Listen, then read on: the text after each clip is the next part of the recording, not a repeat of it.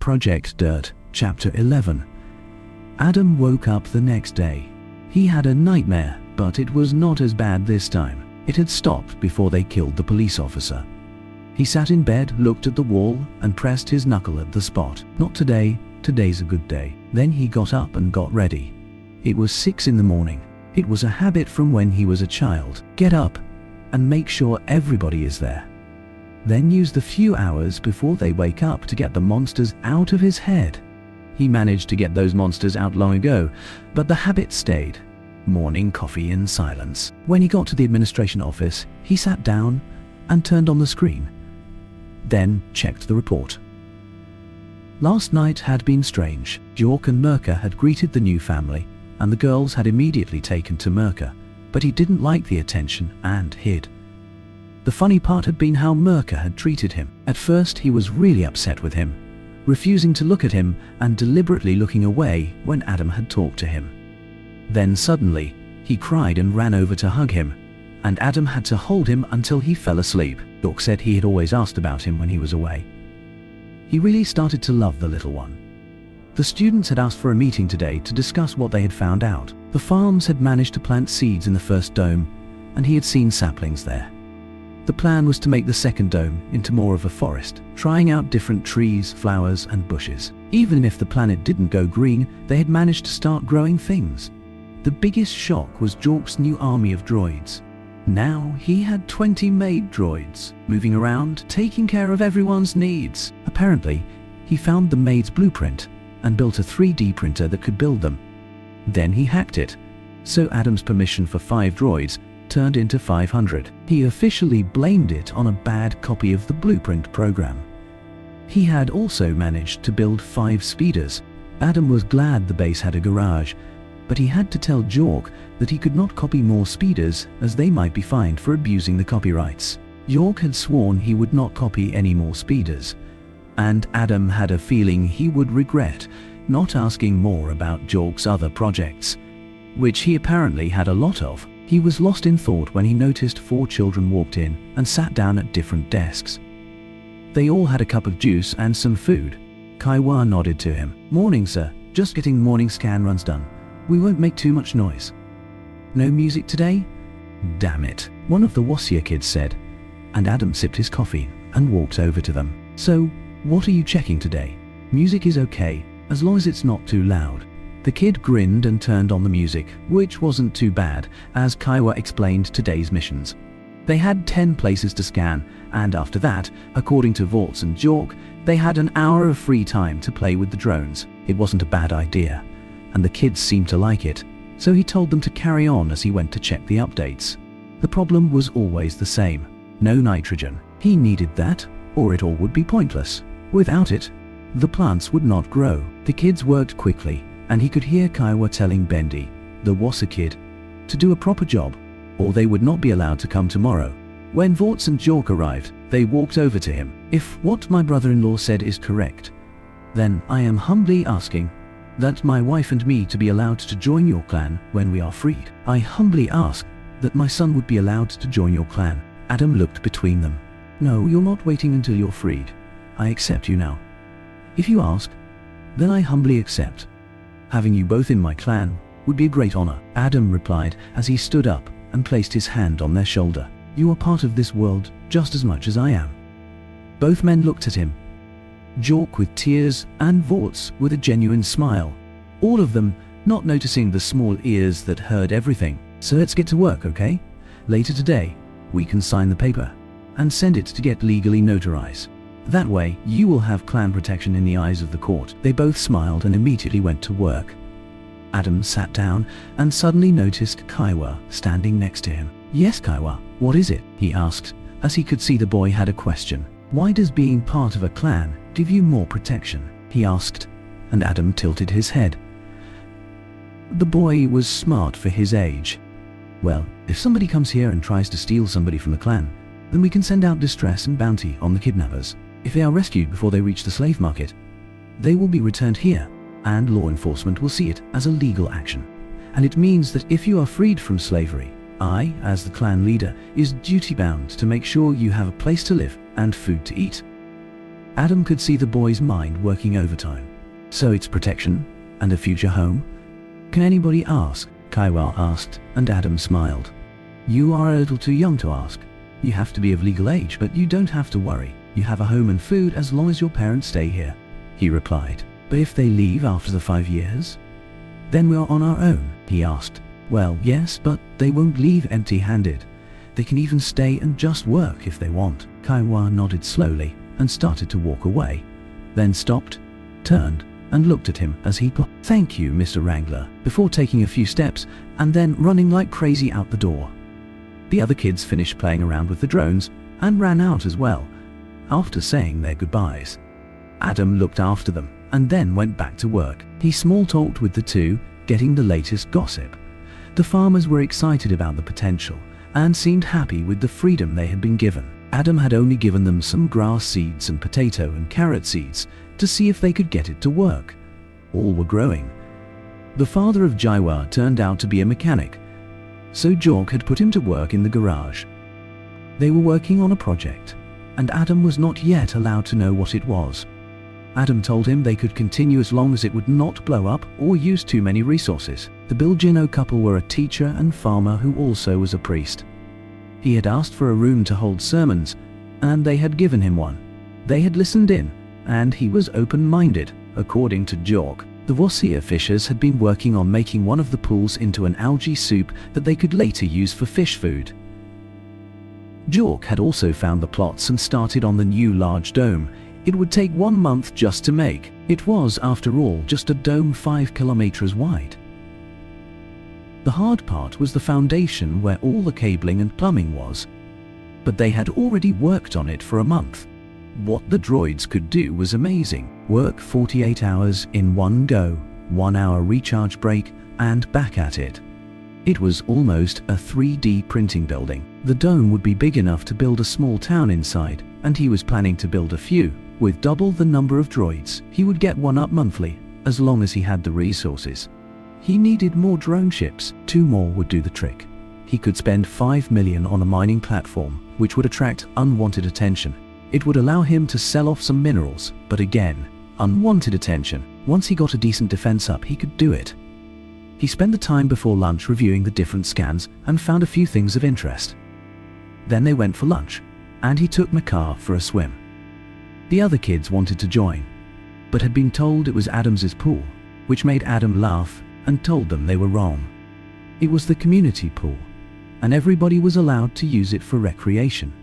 The 2 other pools were for research and food production. The hour in the pool was quite wild, and then when he left, Micah wanted to stay, so Hara took over as the babysitter. He got himself cleaned up and headed to the students' wing, as it was now called, and knocked at the door. "Come in, sir," Mira said on the other side, and he entered, finding the 3 students all working at their own research desk. There was a maid droid in the room with the 012 tag on the shoulder. "I hope I'm not disturbing, and please forgive me for leaving you guys alone for such a long time.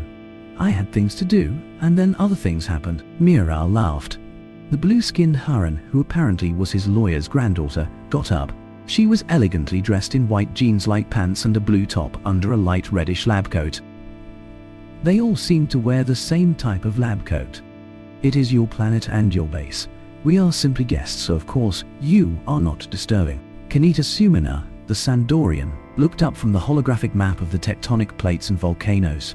He wore grey cargo pants and a blue t-shirt with some alien text and logo under his lab coat. "I'm just glad I get to examine this planet. It's so interesting. It's rare to have the opportunity to study this type of planet. I mean, we have increased the atmosphere, and the pressure of it affects the plates." The last one chuckled. Sia Drymiga wore a yellow jumpsuit over her plastic body and a blue belt, and like the other, she wore the lab coat. "Don't get him started. He just loves to get away from the university. He can't wait to graduate so we can explore unknown regions." "Well, I'm glad you all enjoyed it," Adam replied as he looked around the room. "Now that you've spent a month here and explored the planet, what do you think?" "Oh, it's going to fail," said Dry replied. There was no malice or disdain in her voice, just a fact to be stated. "Hey, be nice," Kanita replied. "It's not going to fail on all parts. It's just never going to be a planet with life.